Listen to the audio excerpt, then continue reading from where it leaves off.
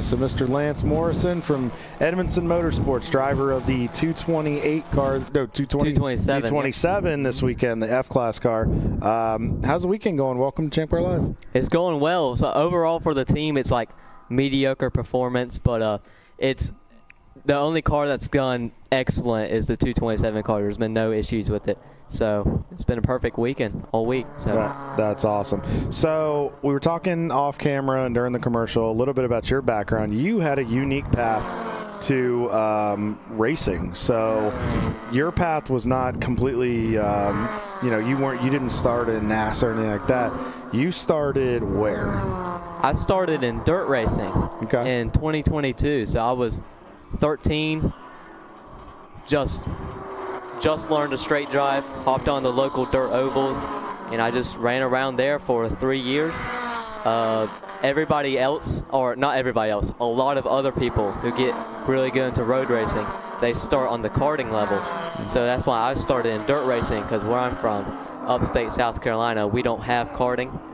We just have dirt racing. So that's where I started, learned straight drive, learned car control, and from there, in 2025, I quit dirt racing and moved to road racing, which is where I am now, competing with ChampCar and all that.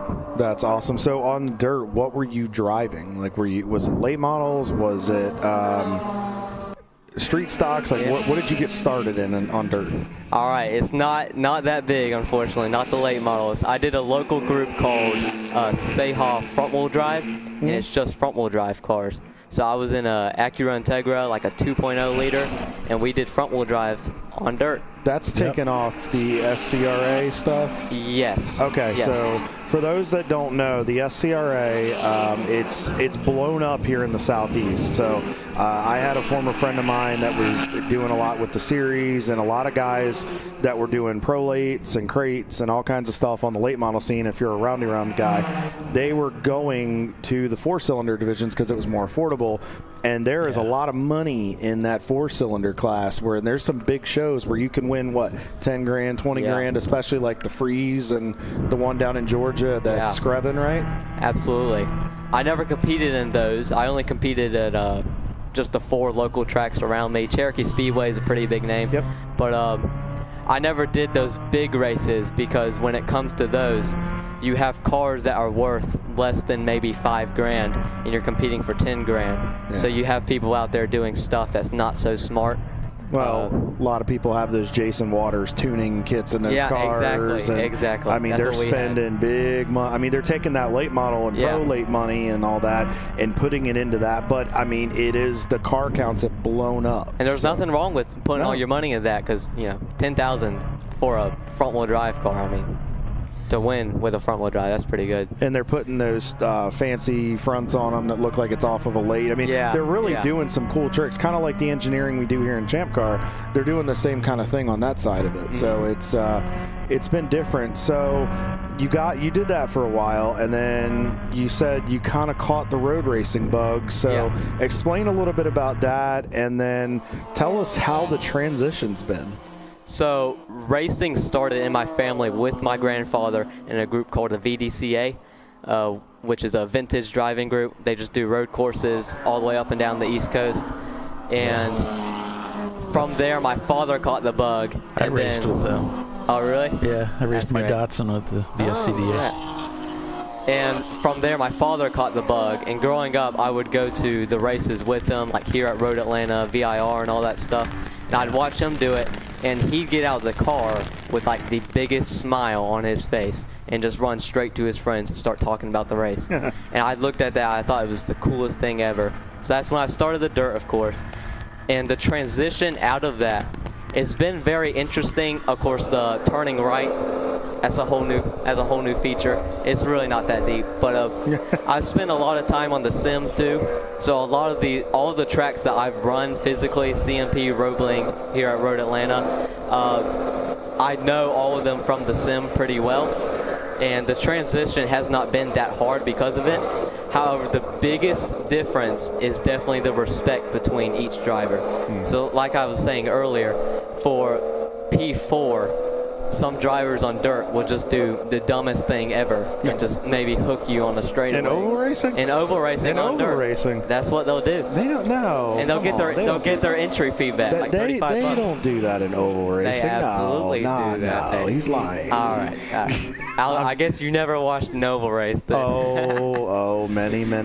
Oh, yeah, they absolutely – no, he speaks the truth. There are some shenanigans that can happen. So they're not all bad. Yeah. If they shenan once, they're going to shenan again. Exactly. So I learned to stay away from them and stuff. But they're not all bad. But it's just like the bad apples. They stick out. But then when I transitioned to road racing, you have people leaving room. They're fighting you very well. You're like not making contact or barely at all. And when you get out of the car, you go up to each other and you're not frowning and mad at each other. You're happy, you're shaking hands, and you're meeting each other. Yeah. And you make those friendships, and then you end up racing with those guys. And absolutely. I mean, the funny thing, it comes full circle. Before you know it, depending on a program you're with, you may do an arrive and drive weekend where you're teamed with those guys. Mm-hmm. I mean, so many drivers in this paddock have bounced around to different operations and teams. I mean, a lot of them tend to have those groups that they like to run with. Yeah. But on those weekends where they want to run something where their team doesn't traditionally go, might run into somebody like yourself with their experience, or run into somebody like Paulie or Les, and it really is a family. It is. It very much is. So what is the goal going forward? So are you completely done with the dirt racing? Are you mainly focused on the oval stuff now, or on the road course stuff now? And if so, what's your 2026 looking like? All right. So with the dirt racing, I believe I'm completely out of it. I said I was going to do one last race, the championship race back in November. Never did it. And the dirt car, we still do have it, but we're probably just going to take stuff out of it and swap it to our other Hondas, because you can do that in the Honda world. Mm-hmm. And as for the future, when it comes to 2026, I have, of course, dreams of professional racing. I like IMSA a lot, and I go to the Rolex every year and I watch it and everything. It's the best thing ever. And part of IMSA, there's the group called the MX5 Cup. Mm-hmm. Yep. I really, really, really want to do a race with them by the end of the year. Okay. One race with them. They're coming here to Road Atlanta in October. Mm-hmm. That will probably be a good chance, but there's one really big roadblock. And y'all definitely heard it time and time again, and it's the money. The money side of it. The money side of it. Yeah, it takes a lot of money to do this. Absolutely. And a lot of relationship building, a lot of shaking hands and kissing babies, doing all the PR stuff you got to do and getting your name out there. So you have aspirations of going to IMSA competition. So what other ChampCar races will we see you at this year? Definitely Daytona. Already signed up. We have our own Acura Integra, not with Edmondson. Okay. We have our own Acura Integra. It'll be a B class. Nice. K24 VTEC swap. If anyone What's knows the team? It's the Morrison Motorsports. Morrison Motorsports. Yeah. Okay. It's me and my father. We both run it. Nice. So. Okay. And y'all might see me at Watkins Glen. Definitely see me at Sebring at some point. Okay. Are you going to be back with Edmondson again at some point, or are you going to kind of bounce between programs? Well, the weekend isn't quite over, so I may not be in good standing with them in the next 3 hours. We don't know. Hey, anything can happen. But if I am, I definitely will run with them again at some point. I'm sure you're going to be okay. I'm sure if you've gotten this far, I'm sure sure Justin will give you the check to get to the next race there. I have a feeling. But no, Lance, we appreciate you coming up real quick. We want to let you get back down there. Mm-hmm. Where can people find you if they want to get behind your program, and where can they just get involved if they want to partner with you? Definitely on Instagram. That's my biggest thing. It's my name. It's lance.morrison.racing on Instagram, and that's mostly all I use. It's just that. Awesome. Well, I threw it in the chat for all of our viewers and dedicated folks. May have somebody out there with a company that might be willing to get behind you. So we appreciate you coming up. Good luck the rest. Are you driving anymore tonight? Absolutely. I'm going to get in this next stint in about probably 30 minutes from now. I'll be my last stint and my first ever night stint in road racing. Well, so there you good go. luck and have fun out there. And if you were watching the show earlier, Alex Rockwell said, relax, have fun, take it all in, learn, and just enjoy the ride. Absolutely. Lance, thank you so much, man. Thanks for joining us.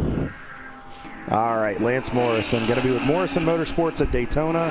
He's with Edmondson Motorsports this weekend in the 227 F-Class car. I got it right this time. So we wish him and Justin's guys the best as we see feeding time.